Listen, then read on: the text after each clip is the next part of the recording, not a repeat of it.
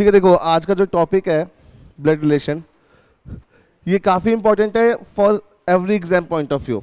जैसे कि देखो हमने पहला चैप्टर पढ़ा था ना कैलेंडर, वो बैंकिंग के एग्जाम्स में नहीं आता और भी कुछ एंट्रेंसेस हैं जिनमें नहीं आता, पर एसएससी में तो आता है ऑब्वियसली। बट ब्लड रिलेशन वो चैप्टर है जो मान के चलो हर वो एंट्रेंस जिसमें रीजनिंग आती है उसमें ब्लड रिलेशन देखने मिलेगा। अभी जो एग्जाम हुआ था ना यूपीएससी का असिस्टेंट कमांडेंट का, उसमें उन्होंने क्या किया, टोटल 11 से 12 क्वेश्चन ही पूछे मैथ्स और रीजनिंग के, जिसमें से सिर्फ 2 से 3 क्वेश्चन रीजनिंग के थे, पर एक क्वेश्चन 2.5 नंबर का उसमें भी ब्लड रिलेशन का था। ठीक है, तो हर एग्जाम में आता है। इवन आप अगर सी साइड का पेपर देखोगे ना यूपीएससी का, तो उसमें भी आपको ब्लड रिलेशन देखने मिलता है। तो चलो हम शुरू करते हैं आज का चैप्टर।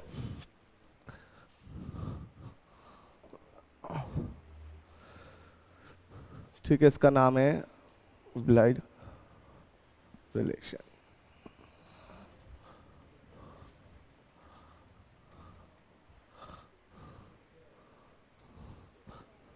देखो उसको पढ़ाने के मेथड में थोड़े से मैंने चेंजेस किए हैं, पहले जैसे पढ़ाता था उससे हल्का सा टीचिंग स्टाइल बदला है। उसका रीज़न ये है कि पहले जस्ट 1 या 2 साल पहले तक एसएससी के एग्जाम में आपको चॉइस नहीं मिलती थी कि आपको इंग्लिश में करना है या हिंदी में करना है। हर क्वेश्चन दोनों लैंग्वेज में लिखाता था, इंग्लिश के नीचे सेंटेंस हिंदी में लिखा मिलेगा, तो एट ए टाइम दोनों लैंग्वेज एक साथ अवेलेबल होते थे। अब बैंकिंग का फॉर्मेट अपनाया है, अब वहाँ पे आपको चुनना पड़ेगा कि आपको इंग्लिश ऑप्ट करनी है या हिंदी। जो लैंग्वेज आप ऑप्ट करेंगे सारे क्वेश्चन उसी में होंगे, पर अगर किसी पर्टिकुलर क्वेश्चन को आपको अदर लैंग्वेज में देखना है तो वहाँ पे एक बटन होता है, लिखा होता है tap here to with this question Hindi, तो वो हिंदी में आ जाएगा, पर एट ए टाइम कोई एक ही लैंग्वेज दिखेगी। जब आप नेक्स्ट करेंगे तो फिर से अगला क्वेश्चन आपकी डिफॉल्ट लैंग्वेज में आएगा। ठीक है, तो पहले देखो इसका इंट्रोडक्शन बताता हूँ आपको, उसके बाद स्टार्ट करते हैं। जैसे कि चैप्टर है ब्लड रिलेशन, इसमें इसको हम 3 हिस्सों में पढ़ेंगे। एक हिस्सा है पार्ट 1। पार्ट 1 में हम सीखेंगे, जो कि आज की क्लास में रहेगा, basics plus concept of family tree. ठीक है, बेसिक्स में सिखाऊंगा आपको कौन से रिलेशंस होते हैं, क्या होता है, और फिर हम सीखेंगे परिवार वृक्ष कैसे बनाते हैं। परिवार वृक्ष बनाना सबसे मेन कंसेप्ट है हमारे इस चैप्टर का। उसके बाद आता है पार्ट 2। पार्ट 2 में हम सीखेंगे statement based questions. Statement based questions. ठीक है, स्टेटमेंट बेस्ड क्वेश्चंस कहते हैं उन्हें, जैसे आपने क्वेश्चंस देखे होंगे ना वो पॉइंटिंग टूवर्ड्स ऑफ फोटोग्राफ वाले, एक आदमी ने एक चित्र की ओर इशारा करते हुए कहा, वो वाले सवाल होते हैं हमारे स्टेटमेंट बेस्ड क्वेश्चंस में। उसके बाद हमारा लास्ट पार्ट है पार्ट 3। इसको हम कहते हैं कोडेड रिलेशनशिप।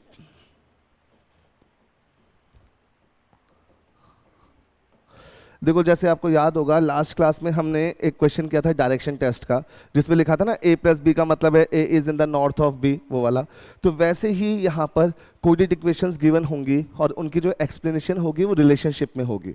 जैसे लिख दिया $a का मतलब है a b के पिता हैं, इस ढंग से। ठीक है, तो जब इस पर पहुँचेंगे तब सीखेंगे।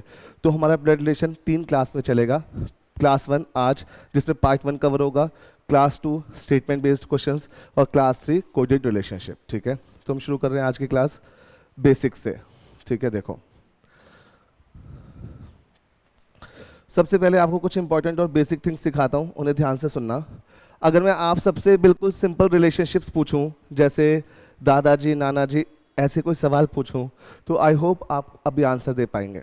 ठीक है, तो 1-2 सवाल पूछ रहा हूँ, सब लोग आंसर दीजिएगा। मुझे बताइए कि आप सबको दादाजी में और नाना जी में डिफरेंस पता है?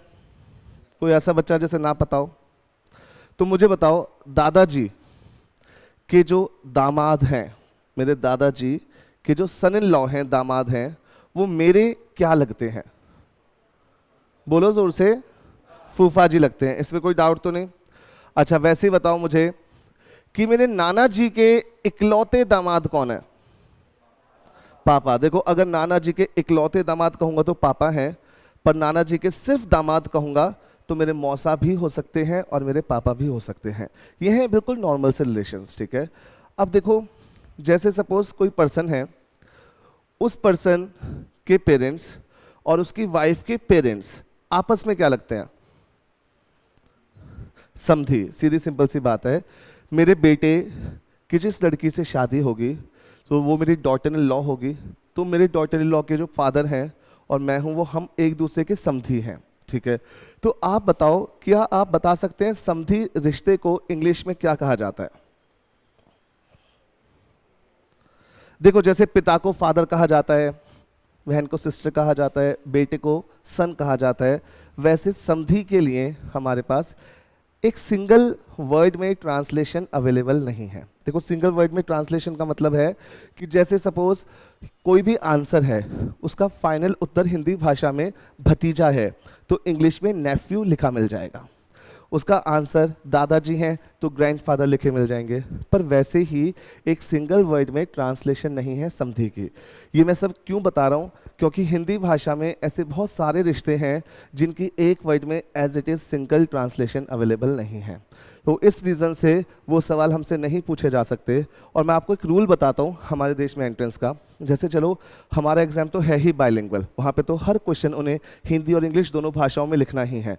बट मान लो, जस्ट मान लो कि अगर हमारा एंट्रेंस सिर्फ इंग्लिश लैंग्वेज में एग्जिस्ट करता और हिंदी भाषा में नहीं होता, तो भी क्वेश्चन वही बनाए जाते जिन्हें दोनों भाषाओं में एक्सप्लेन किया जा सके, समझाया जा सके। ऐसे क्वेश्चन नहीं बना सकते कि जिनकी इंटरप्रिटेशन एक भाषा में तो एग्जिस्ट करती है और दूसरी लैंग्वेज में हम नहीं उसे एक्सप्लेन कर पा रहे कि उसका आंसर क्या है।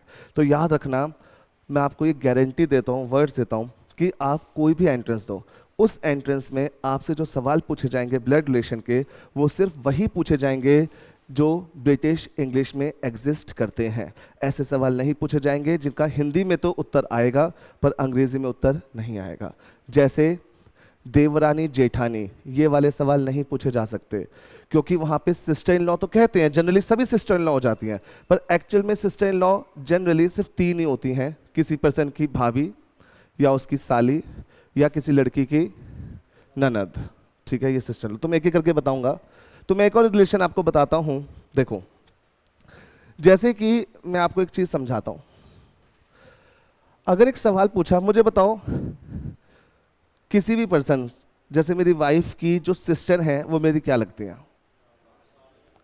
साली लगते हैं। साली के हस्बैंड साडू, ठीक है।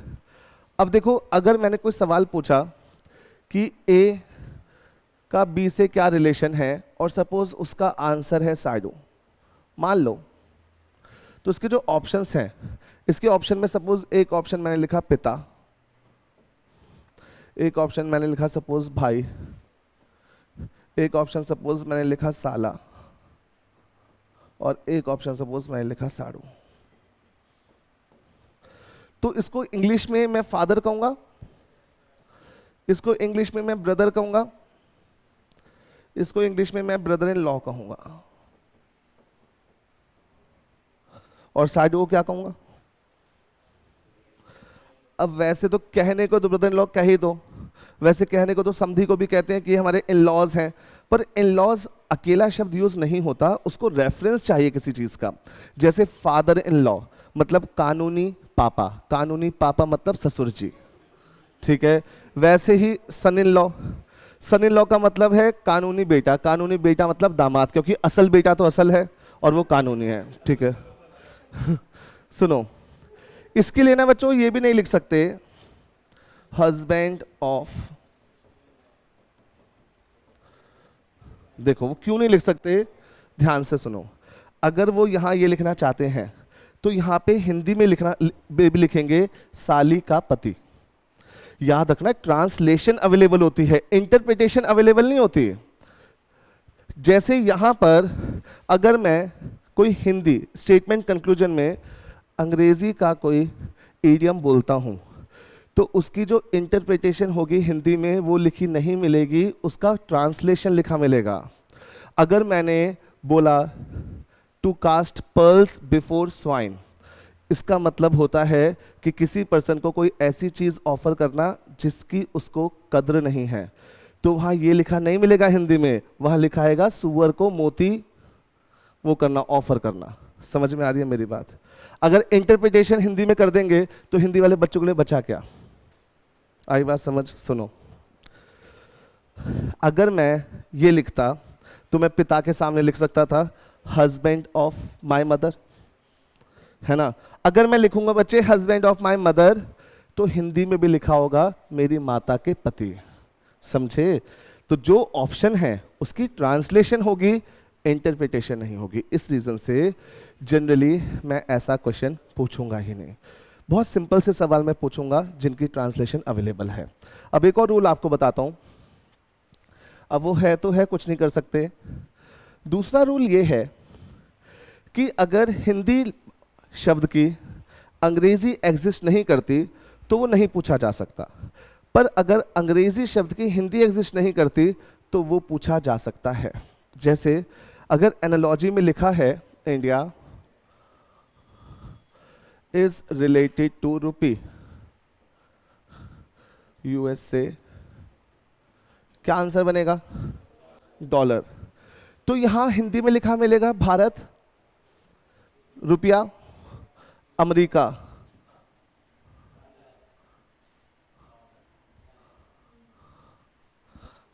आइए बात समझ में। वैसे ही अगर कोई आंसर है समधी, तो इंग्लिश में ये लिखा नहीं मिलेगा, पर हिंदी में ये लिखा मिल सकता है।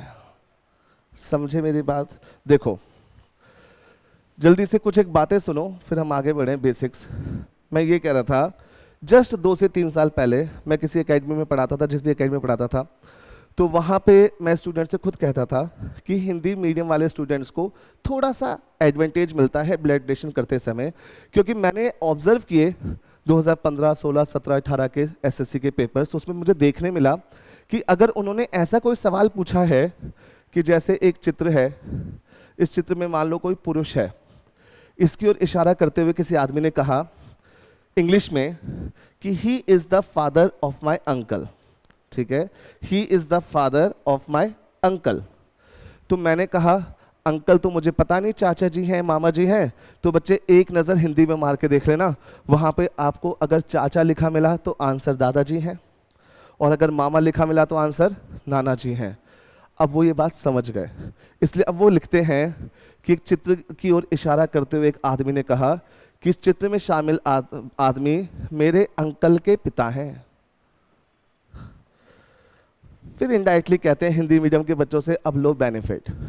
तो इस रीजन से अब ऐसा नहीं होगा। आज के बाद याद रखो, अगर वहां पे पैटर्नल अंकल लिखा है तो ही चाचा या फूफा कुछ मेंशन होगा, अदरवाइज नहीं। मैटरनल अंकल लिखा है तो ही मामा जी या मौसा जी मेंशन होंगे, अदरवाइज नहीं। और वैसे ही बच्चे एक चीज़ हमेशा याद रखो कि एक बहुत कॉमन मिस्टेक है जो आप लोग करते हैं कि ग्रैंडफादर सुन के जनरली दादाजी अज्यूम कर लेते हैं। ऐसा नहीं करना। अगर सिर्फ ग्रैंडफादर लिखा है तो आपको लेके चलना है कि हो सकता है दादाजी हैं, हो सकता है नाना जी हैं। वो क्वेश्चन आगे जब बढ़ेगा तो वहाँ पर ऐसी कोई ना कोई इंफॉर्मेशन और अवेलेबल होगी जिससे कि क्लैरिटी मिल जाए, पर शुरुआत से ही अज्यूम नहीं करना। पर अगर वहाँ पे पैटर्नल ग्रैंडफादर लिखा है तो दादाजी मानेंगे। अब मैं बात करता हूँ क्या है ये पैटर्नल और क्या है मैटरनल। उससे पहले एक आखिरी चीज़ सुने। आपको ये बात तो समझ में आ गई ना कि हमसे सिर्फ वही सवाल पूछे जाएंगे जिन्हें मैं इंग्लिश में बोल सकता हूँ। हिंदी भाषा में मोर देन 100 रिलेशनशिप्स एग्जिस्ट करते हैं।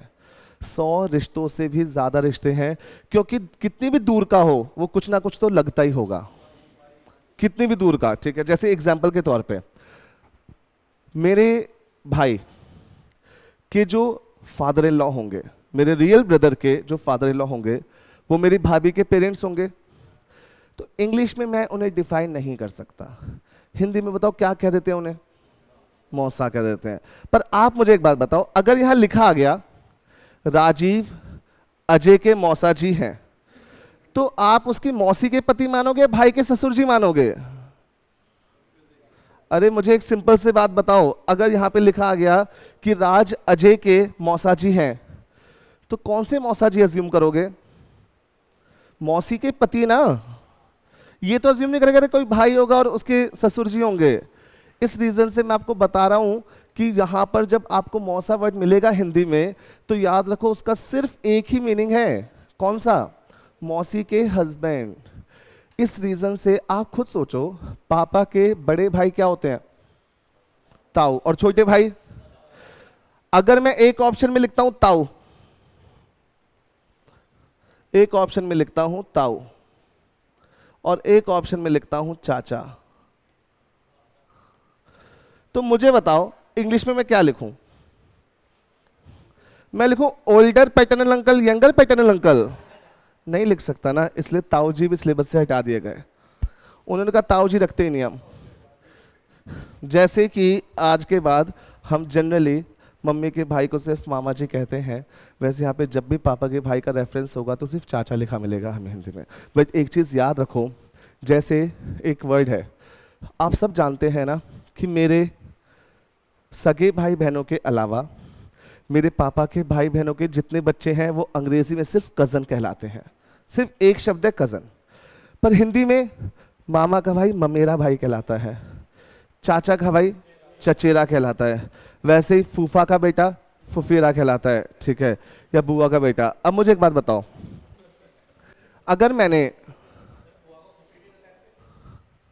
एक वर्ड लिखा इंग्लिश में कज़न, तो हिंदी में अगर ममेरा भाई लिख दूंगा तो पूरा राज ही खुल जाएगा ना, क्वेश्चन आगे बढ़ने की जरूरत नहीं। इसलिए एक बड़ी हंसी आई थी, पर याद रखो इट डज एग्जिस्ट। मैंने लिटरली ये वर्ड एग्जाम में लिखा देखा है, ताकि यहाँ पे भी बेनिफिट ना मिले। अब उन्हें ये भी पता है कि कज़न में तो दोनों ही यूज़ होते हैं, है ना, मेल और फीमेल दोनों के लिए यूज़ होता है। जनरली ना हम इंग्लिश में ऐसे नहीं कहते कि he is my cousin brother, हम कहते हैं he is my cousin, she is my cousin. पर अब मान लीजिए एक ऑप्शन में लिखा है ममेरा भाई और एक में लिखा है ममेरी बहन, इंग्लिश में क्या करो? तो एक जगह लिखेंगे कज़न ब्रैकेट में मेल, कज़न ब्रैकेट में फीमेल। कुछ तो करना ही पड़ेगा ना, लैंग्वेज का बैरियर है, ठीक है। चलिए आगे बढ़ते हैं। ये कुछ जनरल इंट्रोडक्शन समझ में आई ना? इस इंट्रोडक्शन में 2 मिनट में सिर्फ इतना समझाया गया आपको कि हमें सिर्फ और सिर्फ वही क्वेश्चंस मिलेंगे जिन्हें दोनों लैंग्वेज में एज इट इज सेम तरीके से लिखना पॉसिबल हो। ऐसे क्वेश्चन नहीं मिलेंगे जिनका हिंदी में तो पूरा का पूरा वो चीज़ अवेलेबल हो एक्सप्लेनेशन, पर अंग्रेजी में ना हो। तो अब ध्यान से सुनो, हमें पापा की तरफ के सिर्फ 6 रिश्ते याद रखने होते हैं सिंपल से। हमें ब्लड रिलेशन ऐसे नहीं पढ़ना कि कौन किसका क्या लगता था। जब एग्जाम में आएगा तो जो चीज़ें यूज़ होंगी वो आपके माइंड में ऑलरेडी होंगी। जल्दी से सुनो, पापा की तरफ के सिर्फ 6 रिश्ते याद रखने हैं, दादा दादी, चाचा चाची, बुआ फूफा, ठीक। वैसे ही मम्मी की तरफ के सिर्फ 6 रिश्ते, नाना नानी, मामा मामी, मौसी और मौसा। कोई डाउट? और देखो वाइफ की तरफ के फिलहाल सिर्फ 4 रिश्ते, कौन से? वाइफ के पेरेंट्स, अगर कोई लड़का है तो वाइफ के पेरेंट्स सास ससुर, वाइफ के भाई बहन साला साली।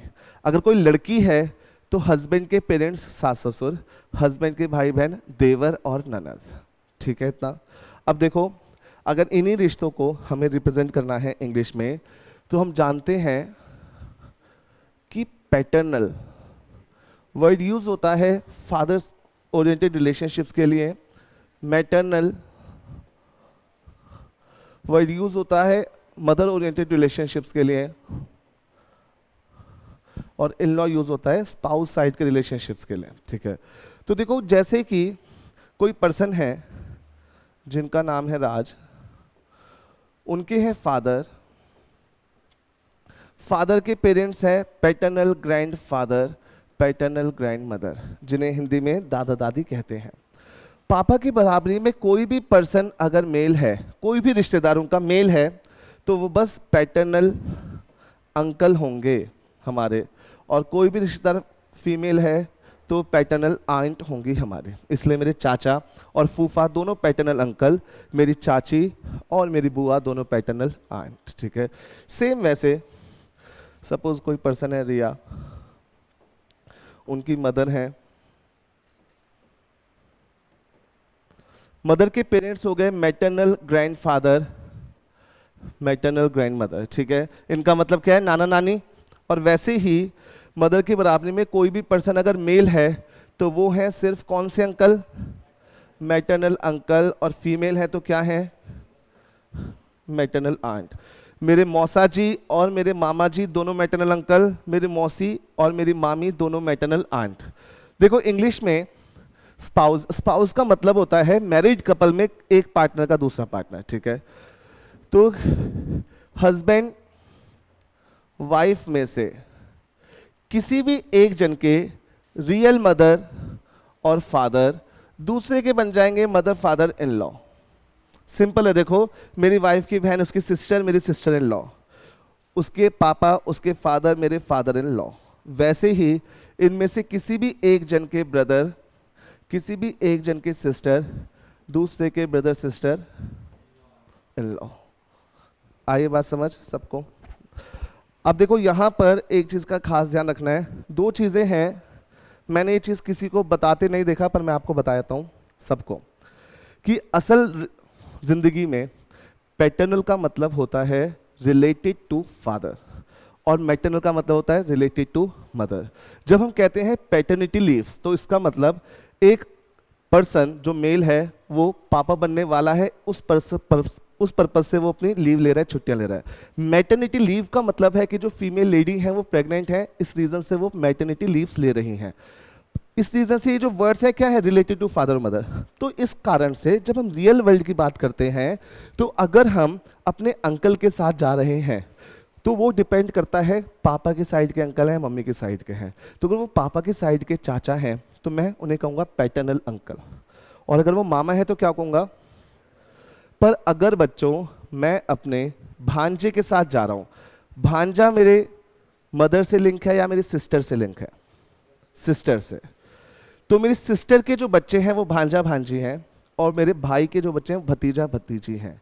इस कारण से रियल वर्ल्ड में मैं उन्हें सिर्फ नेफ्यू कहता हूँ। मैं कभी भी आम जिंदगी में डे टू डे लाइफ में अपने भतीजे को पैटर्नल नेफ्यू से डेजिग्नेट नहीं करूँगा और ना ही मैटरनल नेफ्यू से, उन्हें मैं कहूँगा सिर्फ नेफ्यू। पर एग्ज़ाम में ये चलेगा, एग्ज़ाम में छोटे रिलेशनशिप्स को भी हम डिस्टिंग्विश करेंगे पैटर्नल और मैटरनल से। उसका रीज़न अभी समझा दूंगा मैं 1 मिनट में। पर फिर से सुनो, अगर आप अपने दादाजी के साथ जा रहे हो और किसी ने पूछा ये बुजुर्ग इंसान कौन है तो आप कह सकते हो ये मेरे पैटर्नल ग्रैंडफादर हैं। पर अगर दादाजी जब आपके साथ जा रहे हैं तो जनरली वो ये नहीं कहेंगे कि ये मेरा पैटर्नल ग्रैंडसन है, वो कहेंगे ये मेरा ग्रैंडसन है, क्योंकि आप उनके लिए उनके बेटे के बेटे हो तो सिर्फ ग्रैंडसन हो। तो आपको क्या करना है, रियल वर्ल्ड में अपने से नीचे की जनरेशन के लिए पैटर्नल मैटरनल वर्ड्स का इस्तेमाल नहीं करना है। पर एग्जाम में हर तरफ ये चलेगा। मैं आपको एक छोटा सा एग्जांपल देता हूँ ऐसा क्यों है। जब मैंने पहली बार ये चीज़ स्टूडेंट्स को बताई थी और एग्जाम में उन्हें लिखा मिला तो उनको हैरानी हुई कि जब सर ने मना किया था तो यहाँ पे इस्तेमाल क्यों हो रहा है छोटे रिलेशनशिप के लिए। उसका रीज़न जाने। सपोज एक ए नाम का पर्सन है, ठीक है, मेल है, प्लस से डिनोट करता हूँ मेल को जो भी बताऊंगा। ये फादर हैं बी के, हमें जेंडर नहीं पता बी का, और बी का सन है सी, ये भी मेल है। मैंने एक क्वेश्चन बनाया जिसमें 5-6 लोग थे, A B C D E F are members of a family tree वाला क्वेश्चन बनाया। उस क्वेश्चन में बच्चे ने जब फिगर बनाई तो उसने इन तीनों में एक कनेक्शन ढूंढ लिया कि जो बी है उसके पापा हैं ए, और जो सी है वो है बी का बेटा। बी का जेंडर क्या यहाँ पता है नहीं। अब मैंने सवाल पूछा, how is C related to A. मैंने पूछा कि सी का ए से क्या रिश्ता है, सी के बारे में बताओ। तो सी ग्रैंडसन है, पर मैं चाहता हूं कि मैं सिर्फ उसी बच्चे को मार्क्स दूं जिसने मेहनत की है ये पता लगाने पे कि सी पोता है या नाती है। अब ये तभी तो पता लगेगा जब उस बच्चे को बी का जेंडर मिलेगा। आप बताओ, अगर बी पुरुष है तो सी पोता है, और अगर बी फीमेल है तो सी नाती है। अब एक बात बताओ, जिस बच्चे ने बी का जेंडर पता करने पे मेहनत नहीं की उसे भी ये तो पता है ना आंसर ग्रैंडसन है। अगर मैं हिंदी में लिखता हूँ, ठीक है, एक ऑप्शन लिखता हूँ हिंदी में मैं भाई, एक ऑप्शन लिखता हूँ मैं पुत्र, एक ऑप्शन लिखता हूं मैं पोता, और एक ऑप्शन लिखता हूं मैं भतीजा। तो मुझे बताओ इसकी इंग्लिश ब्रदर लिखी मिलेगी, व्हाट्सएप वाला BHAI भाई तो नहीं लिखा मिलेगा। इसकी हिंदी लिखी मिलेगी सन, इसकी लिखी मिलेगी ग्रैंडसन, है ना, और इसकी क्या लिखी मिलेगी, नेफ्यू। अब जल्दी से एक बात बताओ, हर वो पर्सन जो यहाँ बैठा है जिसने क्वेश्चन एक बार में रीड किया और उसकी इतनी फिगर बन गई, उसने बी के जेंडर की तरफ ध्यान नहीं दिया, वो भी आंसर टिक कर देगा किस पे, ग्रैंडसन पे। पर मैं चाहता था कि मैं सिर्फ उसी पर्सन को मार्क्स दूं जो क्वेश्चन केयरफुली करे और उसका जेंडर पता लगाए। तो मैंने यहाँ पे एक ऑप्शन लिखा नाती। अब मुझे बताओ क्या इस बार बच्चा जो हिंदी मीडियम में क्वेश्चन पढ़ रहा है वो एक बारी में टिक कर पाएगा? नहीं। अब दो ही चॉइस हैं, या तो क्वेश्चन छोड़ दे या क्वेश्चन को रीरीड करे। क्यों? ताकि बी का जेंडर मिले। अब क्वेश्चन रीरीड करने पे पता चला कि बी तो फीमेल है, तो आंसर क्या है इसका? नाती। अब मुझे यहां पर क्या मैं 2 ग्रैंडसन लिख सकता हूं और इंग्लिश के बच्चे से कहूं ले तेरे पास फ्रीडम है किसी पे भी टिक मार दे? नहीं लिख सकता ना, इसलिए मजबूरी में यहां लिखना पड़ेगा पैटर्नल ग्रैंडसन, यहां लिखूंगा मैटर्नल ग्रैंडसन। आई बात समझ? इस कारण से आज के बाद पढ़ाई के लिए, पढ़ाई के पॉइंट ऑफ व्यू से, देखो मैं ग्रीन मार्कर से लिख रहा हूं, पढ़ाई के पॉइंट ऑफ व्यू से इस वर्ड का मतलब रहेगा मेल ओरिएंटेड रिलेशन। फादर भूल जाओ, for the education point of view इसका मतलब रहेगा हर वो रिश्ता जो पुरुष से संबंधित है वो पैटर्नल है। वैसे ही हर वो रिश्ता जो फीमेल से रिलेटेड है वो मैटर्नल है। डिफरेंस समझ में आ गया ना रियल वर्ल्ड में? और यहाँ पे देखो, जब मैं यहाँ पे पढ़ाता हूँ कोई भी पर्सन, चाहे मैं हूँ या एग्जामिनर है SSC का, नेशनल टेस्ट एजेंसी या फिर TCS, उन लोगों का एम ना ब्लड रिलेशन की जांच करनी है, इंग्लिश की जांच करनी नहीं है। इंग्लिश के ग्रामर में तो ये रूल पढ़ाया जाता है कि एक सेंटेंस में लगातार 2 एपोस्ट्रोफी नहीं आ सकते। माई फ्रेंड्स ब्रदर्स हाउस ऐसे नहीं लिखा जा सकता, पर यहाँ पे तो मैं एक ही लाइन में 5-5 एपोस्ट्रोफी डालूंगा। He is my father's brother's sister's daughter son. अब बताओ गलती? अरे इंग्लिश नहीं पढ़ रहे ना, ब्लड रिलेशन पढ़ रहे हैं, ठीक है? यहाँ तक की चीज़ समझ आई?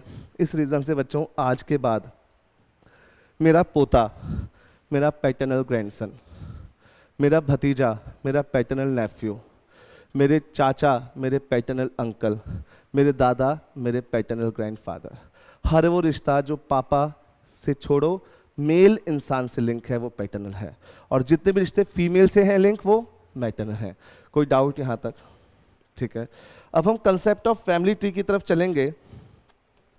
उससे पहले हम एक चीज़ सीख लेते हैं कि आपको हमेशा ये याद रखना है कि जैसे आप याद होगा डायरेक्शन टेस्ट पढ़ा चुका हूँ मैं आप लोगों को, जो लोग ऑनलाइन देख रहे हैं वो प्रीवियस वीडियोस में जाके देखेंगे, पता चल जाएगा। ये A है और ये B है। वहाँ पर मैंने सिखाया था कौन किसकी डायरेक्ट तुलना में किस दिशा में है, याद है? अगर मैं कहता हूँ A B के रेस्पेक्ट में कहाँ है तो आप कहोगे सर ये वेस्ट में है, और B A की तुलना में कहाँ पर है तो आप कहोगे सर ये पूर्व में है, ईस्ट में है। सेम चीज़ सीख रहे हैं ब्लड रिलेशन में, ठीक है? वहाँ पर अगर यहाँ पे बोला है कि A है, ठीक है, इनकी वाइफ है मान लो B, इनका बेटा है मान लो C, इनके बेटी का ब्रदर है मान लो K, और K की अभी फैमिली ट्री पढ़ाया नहीं, बस एक रिलेशनशिप समझा रहा हूँ कि वाइफ का नाम है मान लो S। तो आप देखो 5 लोग हैं, A और B मैरिड कपल हैं, ये मेल है ये फीमेल है, इनके 2 बेटे हैं और इनकी वाइफ का नाम है S। तो अब जिसके बारे में मैं पूछूंगा उसके बारे में आंसर देना है, ठीक है? आप इतने छोटे बच्चों के लिखवाऊं 1 2 3 4 ऐसे करके, ध्यान से सुनो। जैसे मैं डायरेक्शन टेस्ट में अगर पूछता S is in which direction with respect to B, तो आप कहते हैं सर साउथ ईस्ट, S के बारे में पूछ रहा हूं। वैसे ही अगर मैं पूछता हूं S how is S related to B, तो एस के बारे में बताएंगे, आप कहेंगे सर डॉटर इन लॉ, क्योंकि देखो बी का बेटा, बेटे की वाइफ, डॉटर इन लॉ। अगर मैं कहता हूं हिंदी में बताओ बी का क्या रिश्ता है एस से, तो सास कहेंगे, समझ आया। मुझे बताओ के का क्या रिश्ता है ए से, बेटा सन, और ए का क्या रिश्ता है के से, पिता। मैं आप सबसे चाहता हूं, देखो आपको लगेगा इतनी सिंपल चीज है, पता नहीं सर इतना इंसिस्ट क्यों कर रहे हैं इस पे, आप देखना मिस्टेक्स होती हैं। मैं आपसे चाहता हूं जब आप क्वेश्चन पढ़ें तो आप एक फ्लो में पूरा फैमिली ट्री बना लें, और फिर फैमिली ट्री बनाने के बाद आप क्वेश्चन रीड करें कि किसका रिश्ता किससे पूछा है, क्योंकि अगर आंसर भांजा है तो डेफिनेटली ऑप्शन में मामा भी शामिल होंगे, तो आप गलती से क्वेश्चन ठीक करके उल्टा मत कर देना, ठीक है। कई बार ऐसा होता है रेशियो प्रपोर्शन में बोला जाता है आपसे कि 2 बकेट हैं ए और 1 बकेट है बी, इसमें मिल्क इज टू वाटर का रेशियो है मान लो 1:2, रेंडमली लिख रहा हूँ 2:3, फिर बोला गया इससे लिया गया 2:1 के रेशियो में, इसका 2 हिस्सा इसका 1 हिस्सा, तो जो सी बकेट है उसमें बताओ वाटर इज टू मिल्क का रेशियो क्या है। ये उल्टा कर दिया ना, पर बच्चा फ्लो में मिल्क इज टू वाटर पे ही टिक कर देता है। तो ये क्या है, ह्यूमन एरर्स हैं, इन्हें ध्यान से देखना होता है, पढ़ना होता है। यहां तक कोई डाउट, कोई कंफ्यूजन अबाउट रिलेशनशिप्स, सब कुछ क्लियर है। 1-2 रिश्ते पूछूं आपसे, आप लोग आंसर देंगे। अच्छा बताओ, मेरे भतीजे, ध्यान से सुनना, मेरे भतीजे के नाना जी मेरे भाई के क्या लगते हैं। मेरे भतीजे के नाना जी मेरे भाई के क्या लगते हैं, ससुर, क्योंकि भतीजे के नाना जी कौन है, भाभी के पापा। भाभी के पापा मेरे कुछ नहीं लगते, पर मेरे भाई के क्या लगते हैं, ससुर जी लगते हैं। एक आंसर और दो, हिंदी इंग्लिश दोनों में आंसर देना। मुझे बताओ मेरे पापा के जो साले हैं उनकी वाइफ मेरी क्या लगे, मामी। वेरी गुड, पापा के साले मामा जी हैं और मामा जी की वाइफ मामी हैं, तो वो मेरी मामी हैं, यानी मैटरनल आंट हैं, तो उस रेफरेंस में मैं उनका मैटरनल नेफ्यू हूँ, उस रेफरेंस में, ठीक है। क्लियर है अच्छे ढंग से। अब हम शुरू कर रहे हैं हमारा पहला कंसेप्ट चैप्टर का, जिसका नाम है कंसेप्ट ऑफ फैमिली ट्री। यहाँ से आप लिखना शुरू करेंगे, ठीक है, नोट्स भी बनाएंगे हल्के फुल्के। लिखना कंसेप्ट ऑफ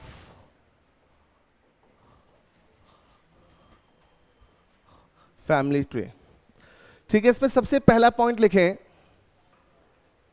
ठीक है। देखो सबका ना अपना अपना तरीका है, कुछ लोग ट्रायंगल बनाते हैं, स्क्वायर बनाते हैं, मैं प्लस माइनस से डिनोट करता हूं, तो मेल्स को हम डिनोट करेंगे प्लस से,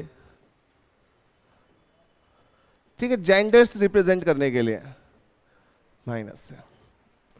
उसके बाद देखो सेकंड चीज है जिसको हम कहते हैं जनरेशन गैप, हिंदी में जिसको हम कहते हैं पीढ़ी अंतर।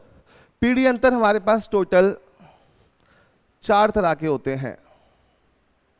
जीरो का मतलब होता है जैसे भाई बहन हो गए, ब्रदर सिस्टर हो गए, और हमारी बराबरी में आने वाले सभी रिश्तेदार, भाभी, साला, साली, कजन्स, वो सब क्या है, 0 जनरेशन गैप, यानी कि सेम पीढ़ी पर हैं, ठीक है। 1 पर कौन कौन हो जाएंगे, 1 पर हो जाएंगे मम्मी पापा और उनकी बराबरी के लोग, या फिर नीचे की तरफ बोलें तो बेटा बेटी और उनकी बराबरी के लोग, ठीक है। तो मैं फिलहाल सिर्फ 4 रिश्ते लिख रहा हूं यहां पे, मदर, फादर, उनके भाई बहन, या फिर सन, डॉटर और उनके भाई बहन, ठीक है। फर्क सिर्फ इतना है, मम्मी पापा ऊपर की तरफ का एक जनरेशन गैप है और बेटा बेटी नीचे की साइड का एक जनरेशन गैप है। 2 का मतलब क्या हो गया, ग्रैंड पेरेंट्स या फिर ग्रैंड चिल्ड्रन, ठीक है, दादा दादी, नाना नानी या पोता पोती, नाती और नातिन। 3 पे क्या हो जाएंगे, great grand parents, great grand parents या फिर ग्रेट ग्रैंड चिल्ड्रन। इससे ज्यादा तो नहीं हो पाते है ना। पर दादाजी के पापा जिंदा नहीं हो सकते किसी के भी। उस केस में 15-15 साल की एज में पापा बनना पड़ेगा, तो पॉसिबल नहीं है। ये चीज क्लियर है यहां तक? अब देखो थर्ड पॉइंट। थर्ड पॉइंट है कि हमें कुछ कीवर्ड्स का ध्यान रखना होता है बच्चे। देखो उन्हें कीवर्ड्स क्यों कहते हैं? क्योंकि वो क्वेश्चन में क्लैरिटी प्रोवाइड करते हैं। जैसे पहला कीवर्ड है यही हमारा पैटर्नल,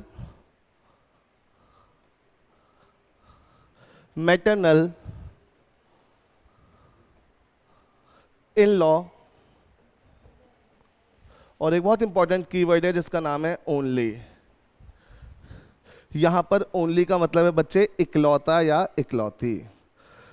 ओनली सन का मतलब कोई और बेटा नहीं हो सकता। ओनली चाइल्ड का मतलब कोई और संतान ही नहीं हो सकती। ओनली डॉटर का मतलब बेटा तो हो सकता है पर कोई और पुत्री नहीं हो सकती। देखो जैसे सपोज यहां पे एक फोटो है, ठीक है, किसी ने पूछा किसकी फोटो है, तो मैंने आंसर दिया कि ये मेरे पापा जी का बेटा है। तो पापा जी का बेटा है तो आंसर दो हो सकते हैं, मैं भी हो सकता हूं और मेरे भाई भी हो सकते हैं। पर अगर मैं कहता हूं ये मेरे पापा जी का इकलौता बेटा है, तो सिर्फ और सिर्फ मैं खुद हूं। अनटिल अनलेस कोई फीमेल ये सेंटेंस ना कहे। कोई फीमेल ये सेंटेंस कहेगी तो अपने भाई के लिए ही कहेगी। पर अगर फीमेल कहती है she is the only daughter of my mother, तो ऑब्वियसली वो अपनी ही बात कर रही है, ठीक है। वैसे ही अगर किसी ने कहा he is the father of my paternal uncle, तो आपको परेशानी होना कि पैटर्नल अंकल सर ये बताओ चाचा मानूं या फूफा, कैसे पता चले? तो आप बता दो फूफा के पापा आपके कुछ लगते हैं, बताओ, बस फिर हो गया आसान। पर चाचा के पापा तो लगते हैं ना बहुत कुछ। एक बार एक बच्चा कहता, मैंने वहां पे बोला, एक सवाल पूछा कि किसकी फोटो है, he is the father of my uncle. तो एक बच्चा कहता सर दादाजी की। मैंने कहा नाना जी क्यों नहीं हो सकते? कि सर नाना की फोटो कौन लगाता घर पे? मैंने कहा सही बात है, बट यहाँ पे आपको दोनों कंसिडर करने हैं, ठीक है। अच्छा एक लास्ट सवाल सुनो, सोच समझ के आंसर देना, हिंदी इंग्लिश दोनों में पूछ रहा हूं, सबको आंसर देना बच्चे। मुझे बताओ he is the only son of my grand father. कैसे पता चला? मामा जी क्यों नहीं हो सकते? तो ग्रैंडफादर तो नाना जी में, अभी समझाया मैंने आपको। सुनो, यहां पे मैंने सिर्फ ग्रैंडफादर शब्द का यूज किया। अगर ये नाना जी हैं तो ग्रैंडफादर के ओनली सन मामा जी होंगे, और अगर ये दादाजी हैं तो उनके ओनली सन पापा जी होंगे। तो जब तक बच्चों मैं पैटर्नल मैटर्नल नहीं लिखता हूं, do not assume anything by yourself. खुद से कुछ भी अज्यूम नहीं करना। इतनी बात याद रहेगी आप सबको। तो देखो मेल मतलब प्लस, फीमेल मतलब माइनस, जनरेशन गैप यही तीन हो सकते हैं, और ये हैं चार कीवर्ड्स। जब ये आएंगे तो उनका यूटिलाइजेशन होगा, ठीक है। आगे देखो, याद रखो हम सिर्फ 3 types of lines, 3 types of lines use करते हैं for making a family tree. परिवार वृक्ष बनाने के लिए हम सिर्फ 3 प्रकार की रेखाओं का इस्तेमाल करेंगे। उसमें से जो सबसे पहली लाइन है वो है ये, इसको हम कहते हैं एकदम सीधी वर्टिकल लाइन।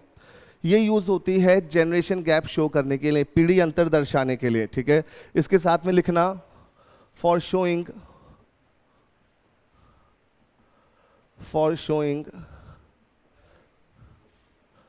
जनरेशन गैप, ठीक है। देखो अगर मैं यहां पे लिखता हूं आज के बाद A+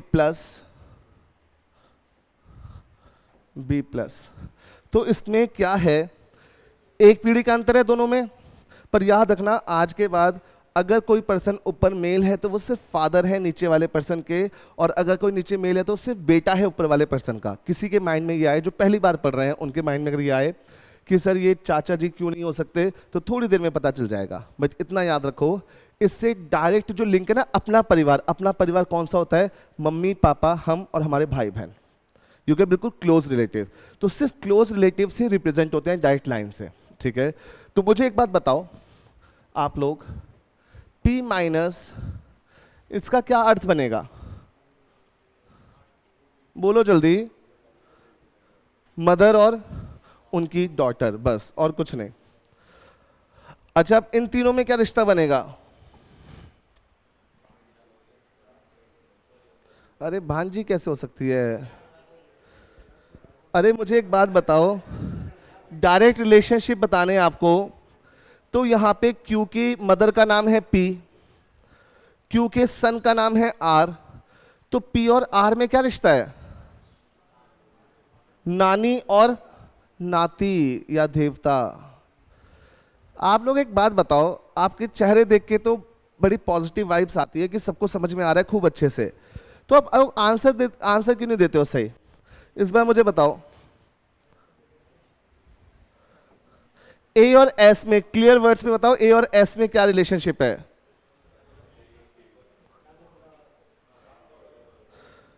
ए और एस में मुंह से जवाब दो, दादा और पोती, क्योंकि फीमेल है। आई बात समझ? सुनो, सेकंड लाइन है डॉटेड हॉरिजॉन्टल लाइन, ये यूज होती है only for real brother and sisters. ये यूज होती है केवल सगे भाई बहन दर्शाने के लिए, ठीक है। पीडीएफ का वेट मत करो, इससे लिख लो एटलीस्ट। देखो जैसे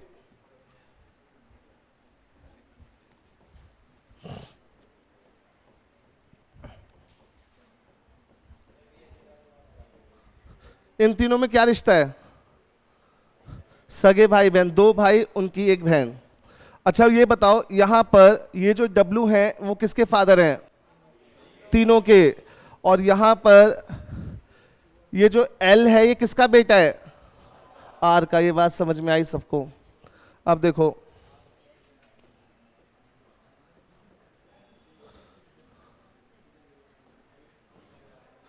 ये है ओनली फॉर हस्बैंड वाइफ। जैसे जैसे वक्त बदलता है वैसे वैसे अपने आप में ट्रांसफॉर्मेशंस करनी पड़ती हैं। एक टाइम था जब मैं पहले लिखता था ओनली फॉर कपल, फिर लिखना पड़ा ओनली फॉर मैरिड कपल, और अब वो नौबत आगे की लिखना पड़ा ओनली फॉर हस्बैंड वाइफ। क्यों? उसका रीजन सुनो, देखो, ठीक है। कोई भी बच्चा ऑफेंडेड फील मत करना। जैसे अगर मैंने कहा A is the son of B, तो B रिलेटेड टू A नहीं पता मदर या फादर। फिर से सुनो, A B का पुत्र है, तो B का A से क्या रिश्ता है? आंसर है माता या पिता। वैसे ही A is the brother of B, तो नहीं पता B बहन है या भाई है। पर अगर कहा A is the husband of B, तो B must be the wife of A ही होगी। भले ही आपको अभी दुनिया में रोड पर हर जगह ऐसे कपल्स दिखें, पर यहां पे कंसिडर नहीं होगा, चाहे कितनी भी मॉडर्नाइजेशन आ जाए, ठीक है। यहां पे अगर एक मेल है तो दूसरा फीमेल होगा। हर इंसान की ओरिएंटेशन स्ट्रेट है। तो देखो,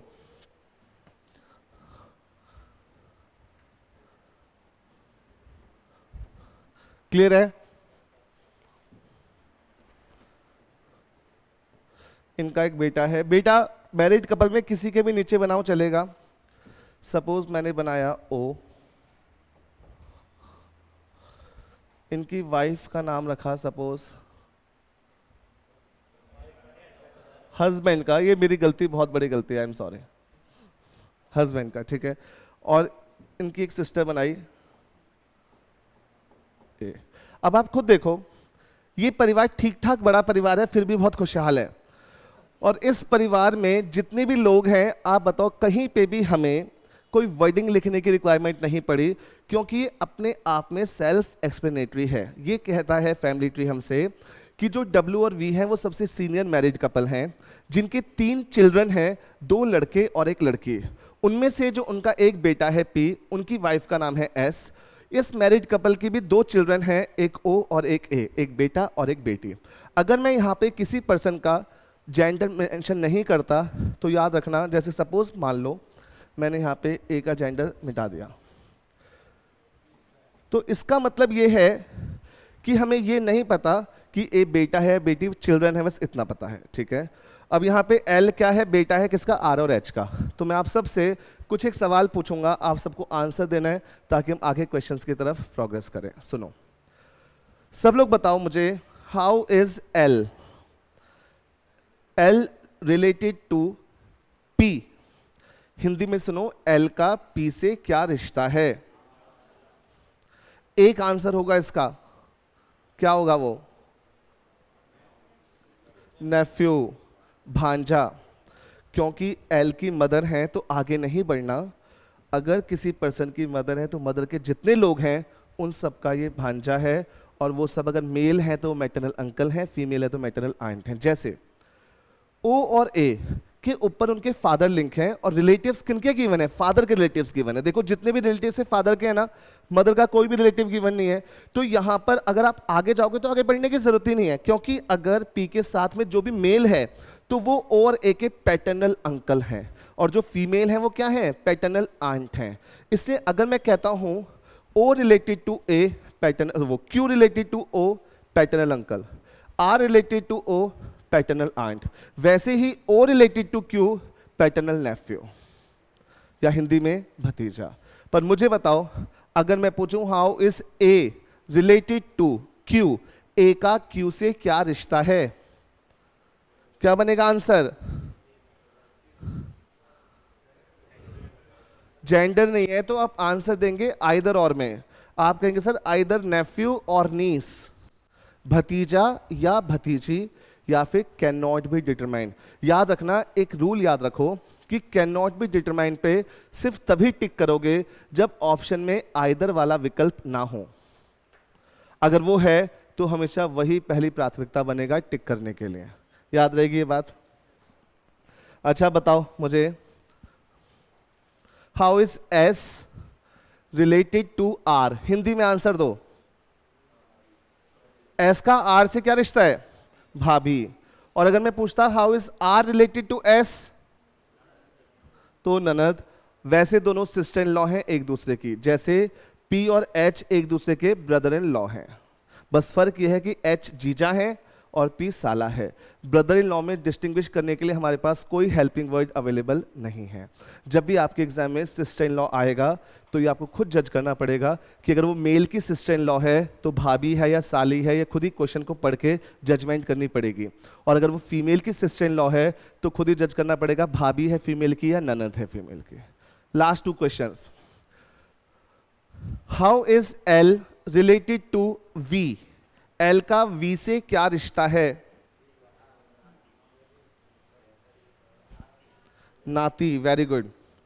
how is O related to W, पोता।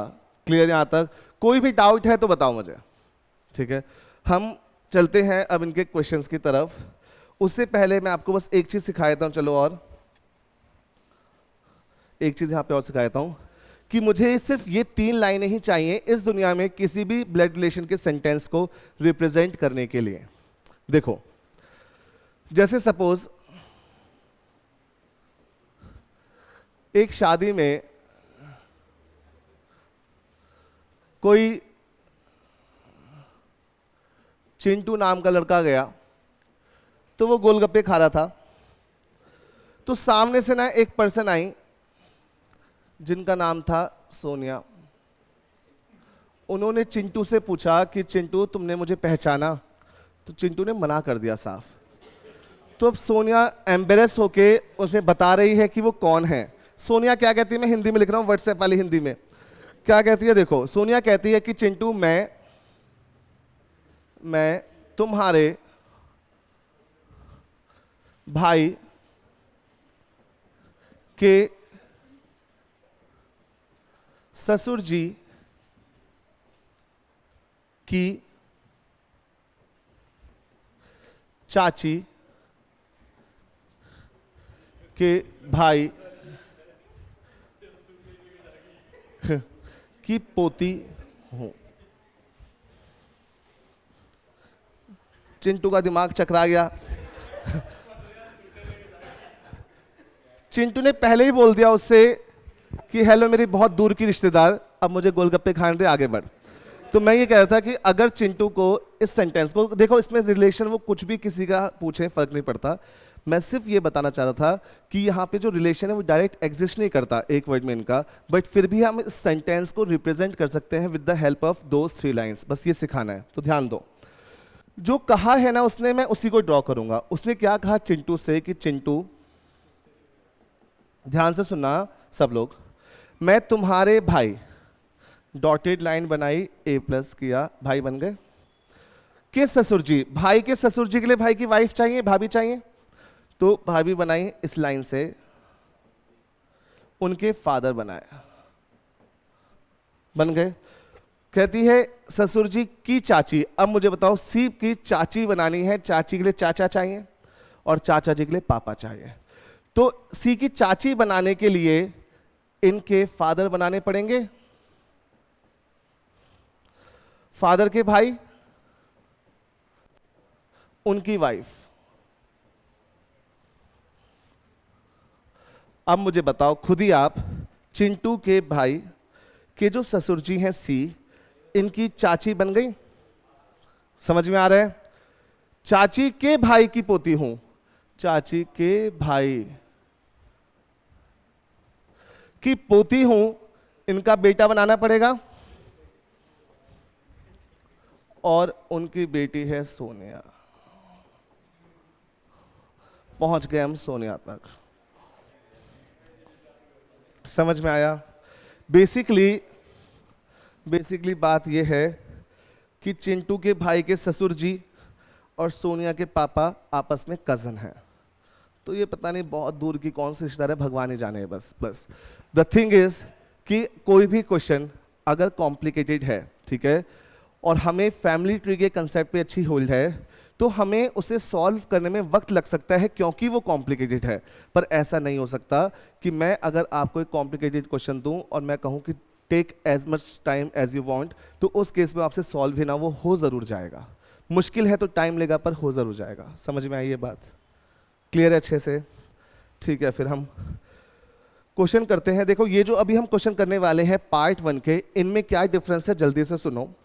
यहां पर आपको जो भी सेंटेंस लिखा मिलेगा ना, उसमें फैमिली ट्री बनाना कंपलसरी होगा, तभी आप अच्छे ढंग से पहुंच पाओगे कि किसका रिलेशन किससे क्या है। और जो सेकंड पढ़ेंगे ना नेक्स्ट क्लास में पार्ट 2, उसमें जब लिखा होगा पॉइंटिंग टूवर्ड्स अ फोटोग्राफ, एक चित्र की ओर इशारा करते हुए एक आदमी ने कहा, उसमें कभी कभार हो सकता है कि आपको फैमिली ट्री बनाने की रिक्वायरमेंट हो और कभी कभार क्वेश्चन डायरेक्ट ही प्रोसेस हो जाए, पर जनरली इनमें रिक्वायरमेंट होती है और ये आसान होते हैं उनसे पॉइंटिंग वाले क्वेश्चन से, क्योंकि इनमें जो सेंटेंस जैसे लिखा है वैसे ड्रॉ करते जाओ, फैमिली ट्री बनता जाता है, आंसर तक पहुंच जाते हैं। ठीक है, अब देखो आप इस क्वेश्चन को जैसे देखो एकदम सिंपल, और जनरली ऐसे क्वेश्चंस कई बार देखने मिलते हैं एसएससी में। के is the brother of x, क्या इस लाइन से मुझे एक्स का जेंडर मिलेगा? नहीं। के किसका भाई है? एक्स का, तो मैंने एक्स बनाया, उसके ब्रदर कर दिए मैंने के। ठीक है, फिर लिखा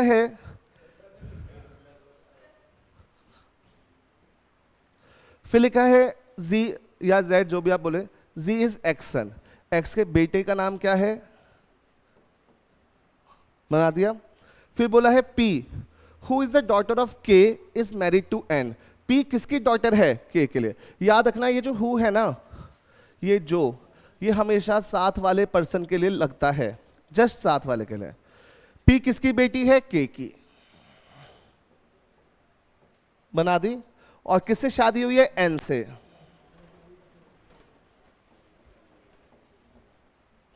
ठीक है, उसके बाद देखो G and X are sisters, ये जो है G and X are sisters, यानी X क्या है? फीमेल, और इसी के साथ एक और फीमेल कौन है? G। फिर लिखा है then how is G related to Z, तो आपको बताना है इस G का इस Z से क्या रिश्ता है? मौसी, very good. Maternal aunt, option देखो मेंशन है, ठीक है। यहाँ मैटरनल की रिक्वायरमेंट क्यों नहीं है? क्योंकि एक ही ऑप्शन है मौसी। अगर यहाँ पे मौसी और बुआ दोनों होते तो एक जगह लिखा होता मैटरनल आंट, एक जगह लिखा होता पैटर्नल आंट। समझ में आया?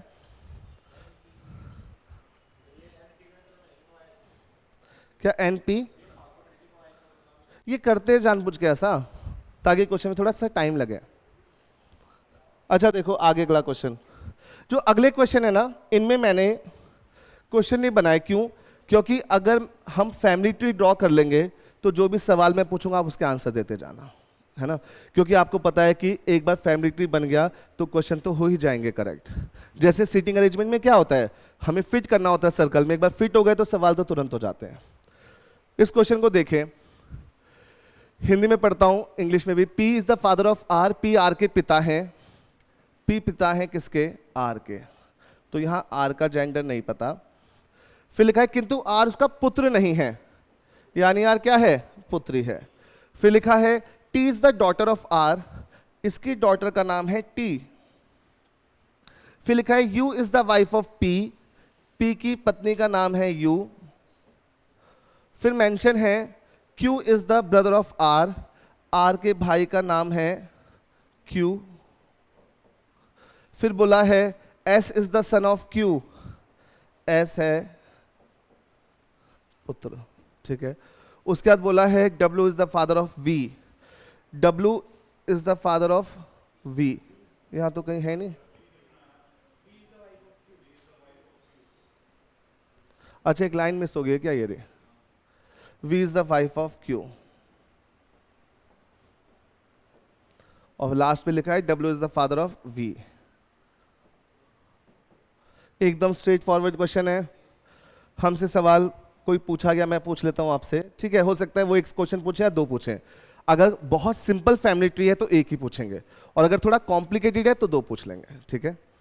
अच्छा अब आप लोग आंसर देंगे ध्यान से, हिंदी इंग्लिश दोनों में। पहले हिंदी में आंसर देना। मुझे बताओ how is S related to W? How is S related to W? नाती, very good. Maternal grandson. Second question, how is R related to U? Daughter. और how is P related to V? Last question, how is P related to V? P का V से क्या रिश्ता है? Father in law, ससुर जी। Clear अच्छे ढंग से? देखो जैसे ये क्वेश्चन थोड़ा सा लेंथी है तो इससे वो हो सकता है दो सवाल पूछे। दो सवाल मतलब 4 मार्क्स का हो गया, और अगर मेंस में आया तो 6 मार्क्स का हो गया। अब ऑब्वियसली देखो, आपको एक चीज मैंने फर्स्ट क्लास में बताई थी जब मैंने फर्स्ट लेक्चर लिया था, आज मैं फिर से बता रहा हूं कि अभी तक सिर्फ एक ही मेंस हुआ है न्यू पैटर्न में, सीजीएल 2022 में। और ट्रस्ट भी उसमें जो एलआर थी वो ज़्यादा टाइम टेकिंग थी मैथ्स से। अगर मैथ्स में बच्चों के 28-29 अटैम्प्ट हुए तो एलआर में 24-25 अटैम्प्ट हुए, क्योंकि ब्लड रिलेशन के क्वेश्चन भी टाइम टेकिंग थे। उसके अलावा डेटा सफिशिएंसी भी खूब टाइम टेकिंग आया था। और वहाँ पे वो जो होता है ना कि ग्रुप बनाए होते हैं 8, 10, 12 ऐसे 2 ग्रुप हैं इनके, जैसा बताओ कौन सा ग्रुप है, वो भी टाइम टेकिंग थे। अच्छा देखो लिखा है Radha and mister Minilal have 2 daughters Divya and Simi. Hindi में भी लिखा है राधा और मिस्टर मिनीलाल की 2 पुत्रियां हैं सिमी और दिव्या। तो मैंने बनाया यहाँ पे राधा, ठीक है। आप चाहें तो RA बनाए, फिलहाल मैं बना देता हूँ, और मिस्टर मिनीलाल।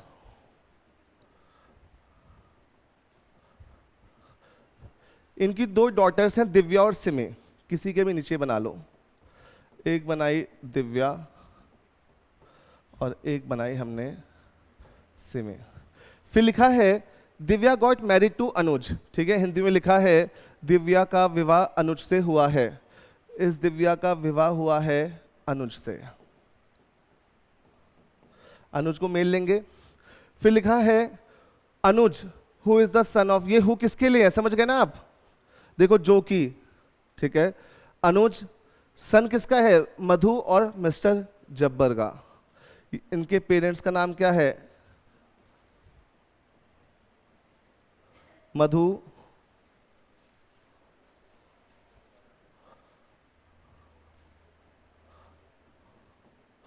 और फादर का नाम है जब्बर। समझ में आ रहा है ना? दिख रहा है ना? उसके बाद लिखा है Reshma is the daughter of Anuj. Anuj की डॉटर का नाम है रेशमा। ठीक है। फिर मेंशन है अनुज सिस्टर किरण। यार ये इसके ऊपर चला जाएगा, ऐसे बना देता हूं sister.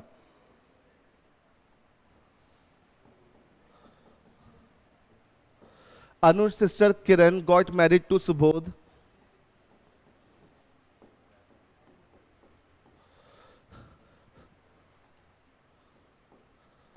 Subodh and Tarun and Aman are their sons. इनके सन का नाम है तरुण और अमन। फिर बोला है Tarun is the grandson of Madhu and Jabbar. तो आ ही रहा है। स्ट्रक्चर समझ में आ रहा है फिर से ड्रॉ करूं? देखो मैं आपको समझा रहा हूं। ये है एक कपल राधा और मिनीलाल, इनकी बेटी है दिव्या और सिमी। इनकी शादी हुई अनुज से। जो अनुज है उसकी फैमिली के बारे में फिर पूरी यहाँ पे डिस्क्रिप्शन है। अनुज के पेरेंट्स का नाम है जब्बर और मधु। अनुज की सिस्टर का नाम है किरण। ये दोनों हो गए भाई बहन। किरण के हस्बैंड का नाम हो गया सुबोध। और ये जो कपल है इनके बच्चे हैं अमन और तरुण। अब इनसे उनकी मर्जी। देखो ऐसे क्वेश्चन से 2 सवाल तो पूछेंगे, मैं आपसे फिलहाल 3 सवाल पूछ रहा हूँ। आराम से सुनो और आंसर दो। मुझे बताओ हाउ इज अनुज, ये रहा, रिलेटेड टू अमन। इस अनुज का अमन से क्या रिश्ता है? मामा। Very good. अमन की मदर, मदर के भाई मामा। अब बताओ how is Anuj related to Minilal? How is Anuj related to Minilal? Son in law, दामाद। समझ में आया? कोई डाउट इसमें? जब भी ऐसे पैराग्राफ के क्वेश्चन आएंगे तो इस ढंग से करना हो ही जाएंगे। मैं आपको बता रहा हूँ पूरे ब्लड रिलेशन में सिर्फ एक ही वैरायटी है जिसको कॉम्प्लिकेटेड किया जा सकता है, वो है पॉइंटिंग वाले क्वेश्चंस, जिनमें लैंग्वेज को अगर बहुत ज़्यादा ट्विस्ट कर दें तो माइंड पकड़ नहीं पाता। ये वाले क्वेश्चन हो ही जाते हैं। ठीक है, लास्ट क्वेश्चन देखो, फिर एक होमवर्क दूंगा। लिखा है in a joint family there are father and mother. ये जो क्वेश्चन है ये बहुत पहले एसएससी में आया था और पिछले साल इंद्रप्रस्थ यूनिवर्सिटी जो अपना एंट्रेंस लेती है उसमें क्वेश्चन एज इट इज आया। There are father and mother, उनके 3 मैरिड सन हैं और 1 अनमैरिड डॉटर है। जो बच्चे हैं उनके बेटे हैं उनमें से 2 मैरिड सन हैं जिनकी 2 डॉटर्स हैं ईच, और 1 has a son. Married couple हैं, उस मैरिड कपल के 3 लड़के हैं शादीशुदा और 1 अविवाहित लड़की है। उसके बाद कहा है कि जो लड़के हैं 3, उनमें से 2 जो लड़के हैं उनकी 2 डॉटर्स हैं और 1 का 1 सन है। तो पूछा है इस परिवार में कुल कितनी महिलाएं हैं। तो आपको बनाने की जरूरत नहीं है, डायरेक्ट कैलकुलेट कर सकते हो। मुझे बताओ 1 फीमेल, जब 3 मैरिड सन हैं तो उनकी 3 वाइफ हुई है ना। उसके बाद बोला है 1 अनमैरिड डॉटर, 1 डॉटर हो गई। फिर ये जो 2 सन्स हैं उनकी 2 डॉटर्स ईच हैं, बस यानी इतनी, क्योंकि लास्ट वाले का तो 1 सन है। टोटल कितनी फीमेल हुई? तो ये आंसर आ गया 9। क्लियर सबको? बताओ कोई डाउट? अब सुने, मैं यहाँ पर आप सबको, ठीक है, जो बच्चे ऑनलाइन देखेंगे फ्यूचर में उनके लिए भी एक होमवर्क दे रहा हूँ। उसमें मैं कुछ चेंजेस करूँगा। जैसा क्वेश्चन आया था अपनी तरफ से कुछ एड ऑन्स करूँगा, उसको केयरफुली घर पे अटेम्प्ट करना और नेक्स्ट क्लास में डिस्कस करेंगे। ठीक है, उसे लिखेंगे सब लोग। लिखना minimum how many members required in a family. Hindi में भी बोलूँगा, minimum how many members required in a family to fulfil all these relations? Minimum how many members are required in a family to fulfill all these relations? Hindi में लिखो, एक परिवार में कम से कम कितने सदस्य हों, एक परिवार में कम से कम कितने सदस्य हों इन सभी रिश्तों की पूर्ति करने के लिए, इन सभी रिश्तों की पूर्ति करने के लिए। रिश्ते हैं, मैं इंग्लिश में लिख रहा हूं, हिंदी में बोल रहा हूं। ग्रैंडफादर, ये अपनी मर्जी है, इसे नाना मानो या दादाजी, आपकी चॉइस है। Grandfather, grandmother, grandson, granddaughter, husband, पति, वाइफ, पत्नी, मदर, माता, फादर, पिता, ब्रदर, भाई, सिस्टर, सन, सिस्टर मतलब बहन, फिर लिखना है 2 सन्स, 2 पुत्र, DAU मतलब डॉटर है, डॉटर, 2 मदर इन लॉ, 2 सास, 2 फादर इन लॉ, 2 ससुर,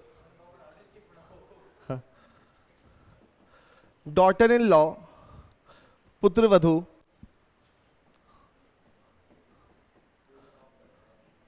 सन इन लॉ, दामाद, एंड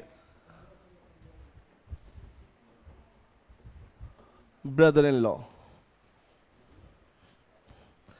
ऑप्शंस हैं